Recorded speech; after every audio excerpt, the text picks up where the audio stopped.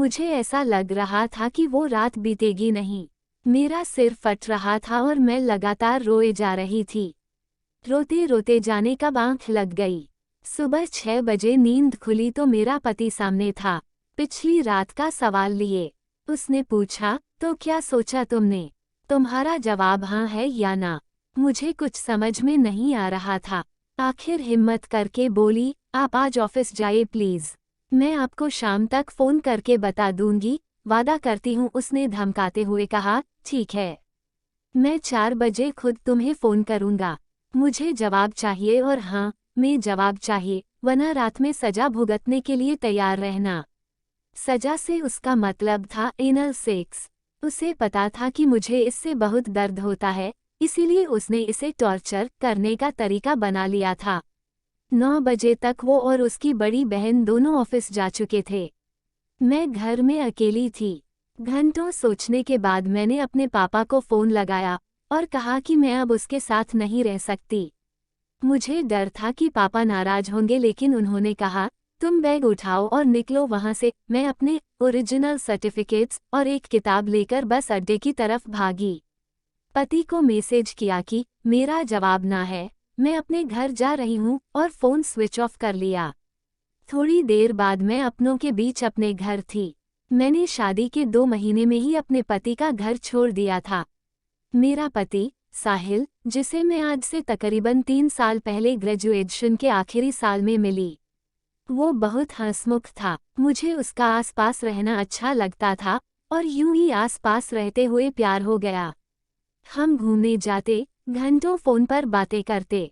जिंदगी कुछ ज्यादा ही मेहरबान थी, लेकिन ये गुलाबी रोमांस ज्यादा दिन नहीं टिक सका। धीरे धीरे मुझे लगने लगा कि ये वो बराबरी वाला रिश्ता नहीं है जो मैं चाहती थी। ये रिश्ता वैसा ही होता जा रहा था जैसा मेरे मम्मी और पापा का था।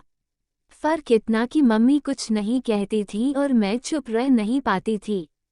पापा छोटी छोटी बातों को लेकर मम्मी पर चीखते, हाथ उठाते। मम्मी बस रोती रहती। साहिल के साथ बहस होती तो वो अक्सर धक्का मुक्की पर उतर आता और जबरदस्ती करीब आने की कोशिश करता। मैं मना करती तो चीखता चिल्लाता। एक बार उसने मुझसे पूछा, अच्छा बताओ, अगर मैं कभी तुम पर हाथ उठाऊं तो? मैं हैरान रह गई। बमुश्किल अपने गुस्से को काबू में कर बोली, मैं उसी दिन तुमसे अलग हो जाऊंगी। उसने तपाक से कहा, इसका मतलब तुम मुझसे प्यार ही नहीं करती?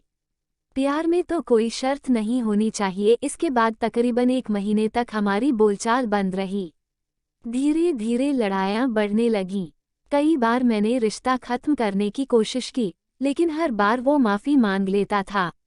मैं इतनी परेशान हो गई कि आखिर मैंने शादी के लिए हामी भर दी।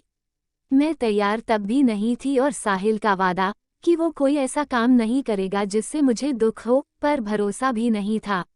शादी के बाद मेरा डर सच बनकर सामने आने लगा। साहिल मुझे कठपुतली की तरह अपने इशारों पर नचाने लगा। मुझे कविताएं लिखने का शौक था। मैं फेसबुक पर अपनी कविताएं शेयर करती थी। उसने इस पर रोक लगा दी।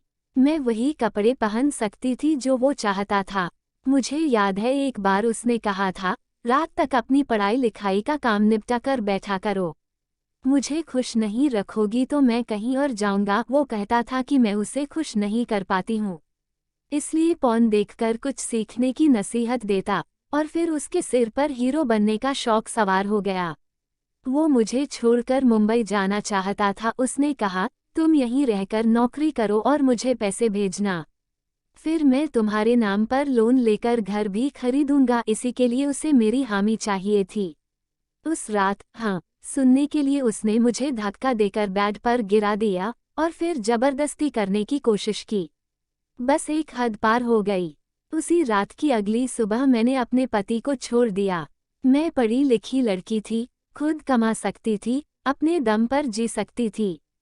फिर भी जब मैं साहिल का घर छोड़कर निकली तो लगा जैसे मेरा कलेजा मुंह को आ रहा था।